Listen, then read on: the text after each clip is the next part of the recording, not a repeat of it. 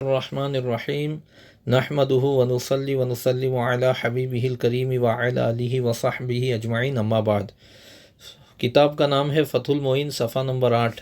ہم نے صفحہ نمبر 8 پر نیچے تک پڑھا تھا، غیر مستعملین سے پہلے تک پڑھا تھا، پھر ہم ایک بار اور صرف متن پڑھیں گے۔ شروط الصلاۃ خمسۃ، نماز کی شرطیں 5 ہیں۔ احدھا طہارۃ عن حدث و جنابۃ، 5 کی پہلی شرط ہے حدث اور جنابت سے پاکی حاصل کرنا۔ فالاولیٰ، تو پہلی یعنی حدث سے پاکی حاصل کرنا، الوضوء، وضو ہے، وضو کرنے کا فعل جو ہے یہ حدث سے پاکی حاصل کرنے کا فعل ہے۔ وشروطہ کشروط الغسل، اور وضو کی شرطیں غسل کی شرطوں کی طرح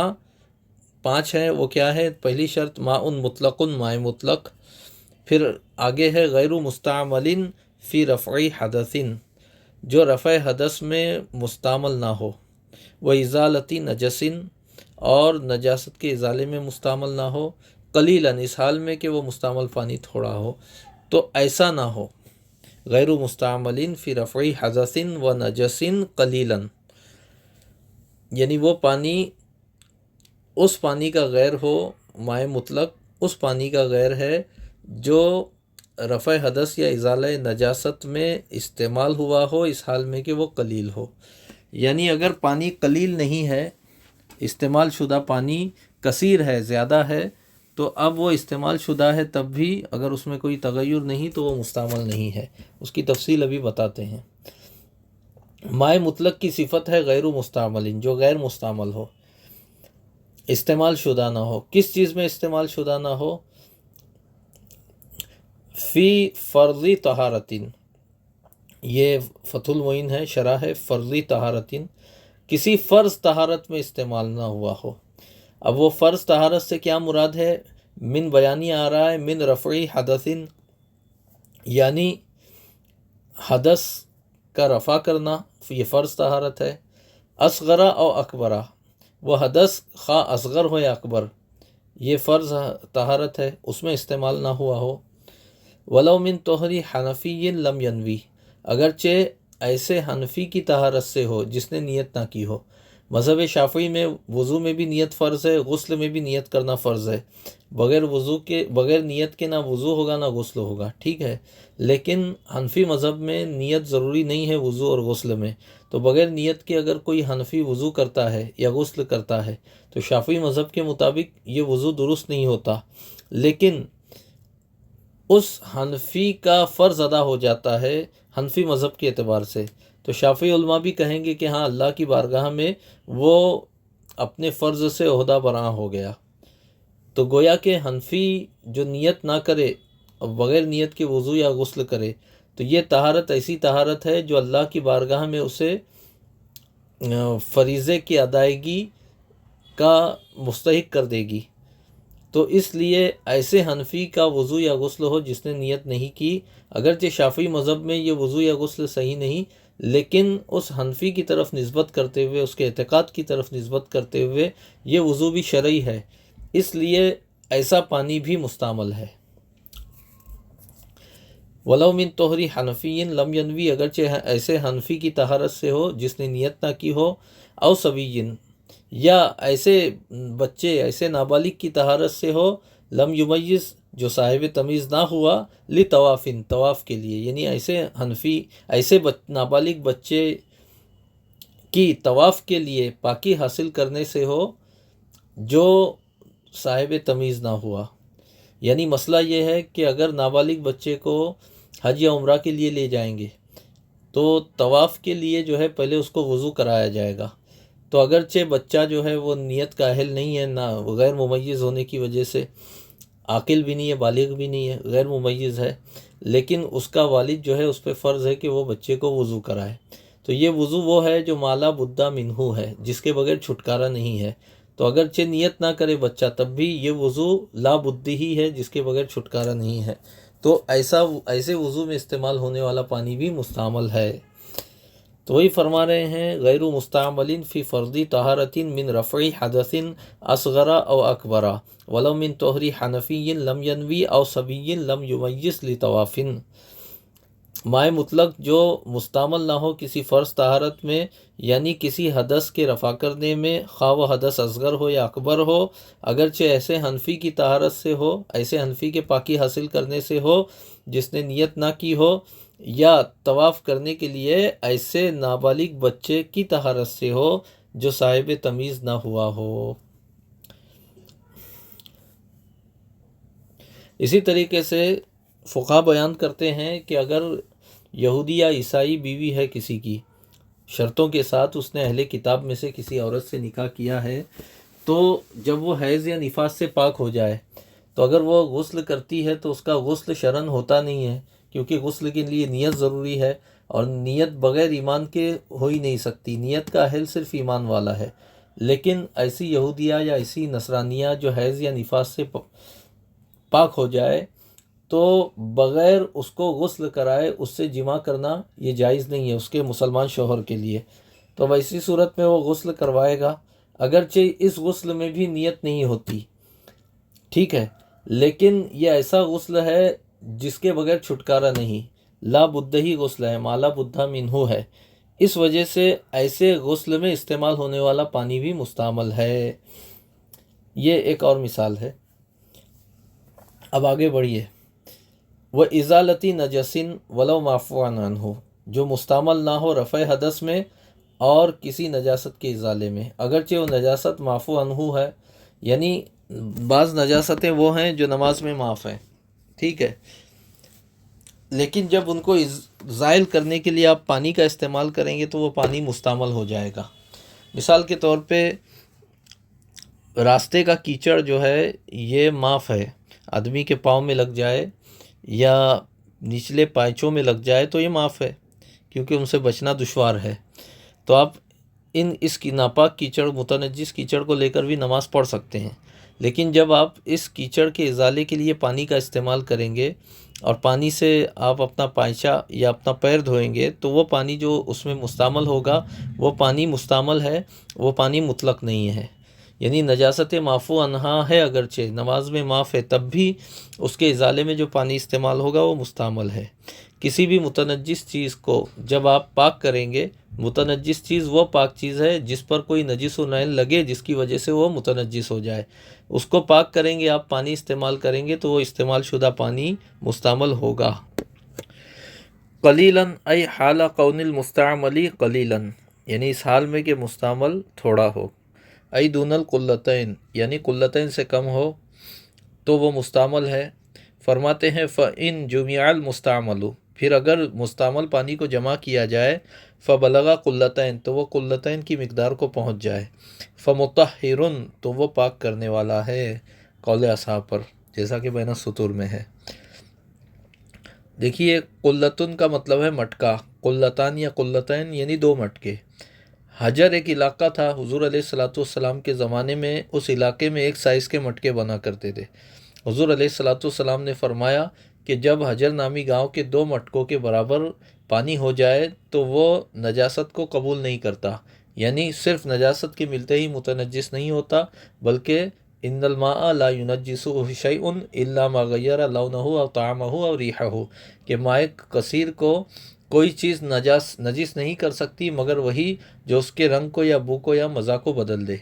تو امام شافعی رحمۃ اللہ تعالیٰ علیہ نے ان احادیث سے یہ مسئلہ نکالا کہ پانی اگر قلتین سے کم ہے تو نجاست کے ملتے ہی وہ متنجس ہو جاتا ہے، اور قلتین کو پہنچ گیا تو صرف نجاست کے ملنے سے متنجس نہیں ہوتا بلکہ نجاست کے ملنے کی وجہ سے جب اس کا رنگ یا بو یا اس کا ذائقہ بدل جائے اس وقت وہ نجس ہوگا۔ تو قلتین کی مقدار یہ حدیث شریف سے طے ہوئی ہے، تقریباً 192 لیٹر ہوتا ہے 2 قلہ پانی۔ تو اگر مستعمل پانی کو جمع کیا گیا اور وہ قلتین کو پہنچ جائے تو وہ پاک کرنے والا ہے۔ کما لو جمع المتنجس، اگلے صفحے پر ہے فبلغ قلتین، جس طرح سے کہ اگر متنجس پانی کو جمع کیا جائے تو وہ 2 قلتین کی مقدار، 2 قلہ کی مقدار کو پہنچ جائے، ولم یتغیر، اس حال میں کہ وہ متغیر نہ ہو۔ تو اسی طریقے سے اگر مستعمل پانی کو جمع کیا جائے اور وہ قلتین کو پہنچ جائے تو وہ مطہر ہے، جس طرح وہ پانی مطہر ہے جو نجس ہو مگر جب اس کو جمع کیا جائے تو قلتین کی مقدار کو پہنچے، اس حال میں کہ اس میں نجاست کا کوئی تغیر نہ ہو، تو وہ بھی مطہر ہے۔ فرماتے ہیں وَإِن قَلَّ بَعْدُ، اگرچہ اس کے بعد وہ کم ہو جائے، بتفریق ہی، اس کو متفرق کرنے کی وجہ سے، یعنی مستعمل پانی کو جمع کیا گیا، قلتین کو پہنچ گیا، تو اب وہ دوبارہ طاہر مطہر ہو گیا، پاک پاک کرنے والا ہو گیا، اس کا مستعمل ہونے کی وجہ سے جو اس میں جو کمی آ گئی تھی وہ دور ہو گئی، پھر اس کے بعد دوبارہ اسے جدا کیا گیا پانی کو، پھر قلیل ہو گیا، تو بھی وہ مطہر ہی رہے گا، دوبارہ جدا کرنے کی وجہ سے وہ دوبارہ مستعمل نہیں ہوگا۔ اسی طرح متنجس پانی کو جب 2 قلت جمع کیا گیا اور کوئی تغیر نہ ہو تو وہ مطہر ہو گیا، یعنی پاک پاک کرنے والا ہو گیا، اب متنجس نہ رہا، اگرچہ اس کے بعد دوبارہ اسے قلیل کیا جائے، یعنی اس کو پانی کو جو ہے 2-3 حصوں میں بانٹ دیا جائے اور وہ پانی قلیل ہو جائے، تب بھی وہ مطہر ہی رہے گا۔ فرماتے ہیں فَعُلِمَ أَنَّ الْإِسْتِعْمَالَ لَا يَثْبُتُ إِلَّا مَعَ قِلَّةِ الْمَاءِ، تو معلوم ہوا کہ استعمال، پانی کا شرعاً استعمال ثابت نہیں ہوتا مگر پانی کی قلت ہی کے ساتھ، یعنی پانی اگر کثیر ہے تو اس کو مستعمل نہیں بولیں گے، قلیل ہوگا تبھی وہ مستعمل کہلائے گا، لیکن پانی اعضاء میں استعمال ہونے کے بعد مستعمل کب ہوتا ہے؟ تو آگے تفصیل سے بتاتے ہیں کہ جیسے ہی دھوئے جانے والے عضو سے پانی جدا ہوگا ویسے ہی وہ پانی مستعمل ہو جائے گا۔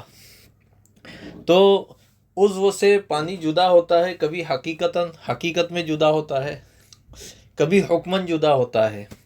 حقیقتاً جدا ہونے کی مثال یہ ہے کہ آپ نے جو ہے پانی ہاتھ پر ڈالا، ہاتھ پر سے بہہ کر پانی زمین پر گر گیا، اب جیسے ہی ہاتھ سے جدا ہوا پانی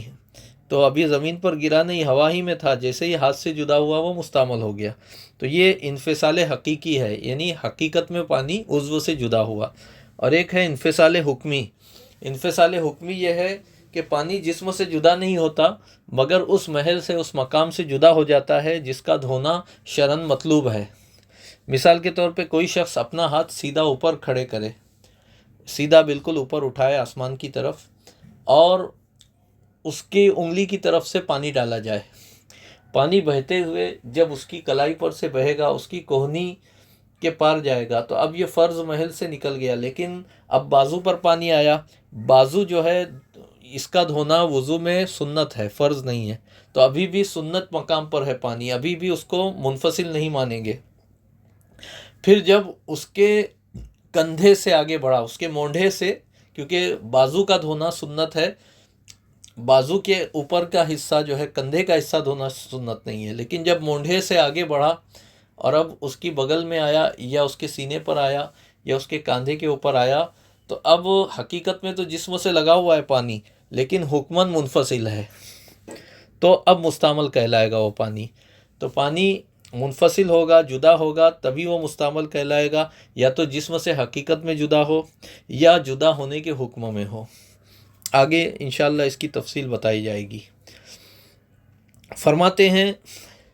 فَعُلِمَ أَنَّ الْإِسْتِعْمَالَ لَا يَثْبُتُ إِلَّا مَعَ قِلَّةِ الْمَاءِ، تو معلوم ہوا کہ استعمال ثابت نہ ہوگا مگر پانی کی قلت ہی کے ساتھ، وَبَعْدَ فَصْلِهِ عَنِ الْمَحَلِّ الْمُسْتَعْمَلِ، یعنی اس کے محل مستعمل سے جدا ہونے کے بعد۔ یہاں فصل بمعنی انفصال ہے، جیسا کہ بین السطور میں ہے۔ محل مستعمل وہ جگہ ہے جس میں پانی استعمال کیا گیا جس کو دھونے کے لیے، اس سے جدا ہونے کے بعد، پانی کے جدا ہونے کے بعد۔ ولو حکمن، اگرچہ یہ جدا ہونا حکمن ہو، کأن جاوزا منکب المتوضی، مثلاً وضو کرنے والے کے مونڈھے سے پانی تجاوز کر جائے، ہاتھ دھونے میں وضو کرنے والے کے مونڈھے سے تجاوز کر جائے، اور رکبتہ، یا اس کے گھٹنے سے، پاؤں دھونے میں اس کے گھٹنے سے تجاوز کر جائے۔ مثال کے طور پہ کوئی اپنے پاؤں کو جو ہے اوپر اٹھائے اور پانی اس طرح بہے کہ اس کے پنجوں میں پانی ڈالا جائے، تو پھر بہتے ہوئے وہ پنڈلی پر آئے اور بہہ کر اس کے گھٹنوں تک پہنچے، تو اب جیسے ہی گھٹنوں کو پار کرے گا، حقیقتاً جدا نہیں ہوا ہے لیکن جدا ہونے کے حکم میں ہو جائے گا اور مستعمل ہو جائے گا، کیونکہ وضو میں تخنوں سمیت دھونا فرض ہے اور پنڈلی کو دھونا جو ہے یہ سنت ہے، گھٹنے اور پنڈلی کے درمیان، گھٹنے اور تخنے کے درمیان کے حصے کو دھونا جس کو پنڈلی کہتے ہیں یہ سنت ہے۔ تو جیسے ہی پنڈلی کے اس پار جائے گا گھٹنے سے تجاوز کر جائے گا تو وہ پانی مستعمل ہو جائے گا۔ یہ انفصال حکمی ہے، حقیقت میں تو جسم سے جدا نہیں ہوگا مگر جدا ہونے کے حکم میں ہوگا۔ فرماتے ہیں ولو حکمن، اگرچہ یہ انفصال حکمن ہو، کأن جاوزہ منکب المتوضی اور رکبتہ ہو، مثلاً یہ کہ پانی وضو کرنے والے کے مونڈھے سے تجاوز کر جائے یعنی ہاتھ دھونے میں، اور رکبتہ ہو یا اس کے گھٹنے سے تجاوز کر جائے یعنی پاؤں دھونے میں، تو حقیقتاً جسم سے جدا نہ ہو مگر جدا ہونے کے حکم میں ہے۔ انفصال حکمی کی یہ مثالیں ہیں۔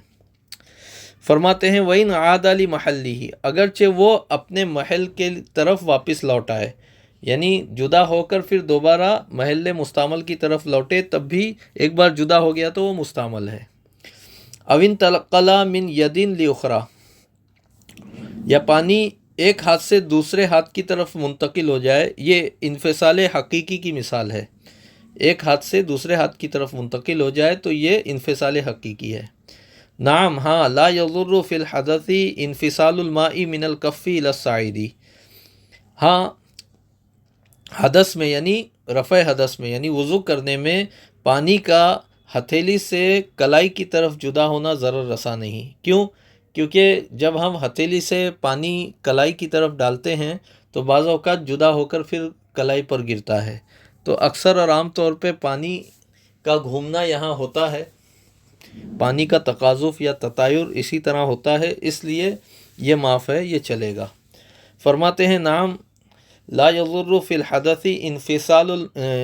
انفصال الماء من الکف الی الصعید، ہاں حدث میں یعنی رفع حدث میں وضو کرنے میں پانی کا ہتھیلی سے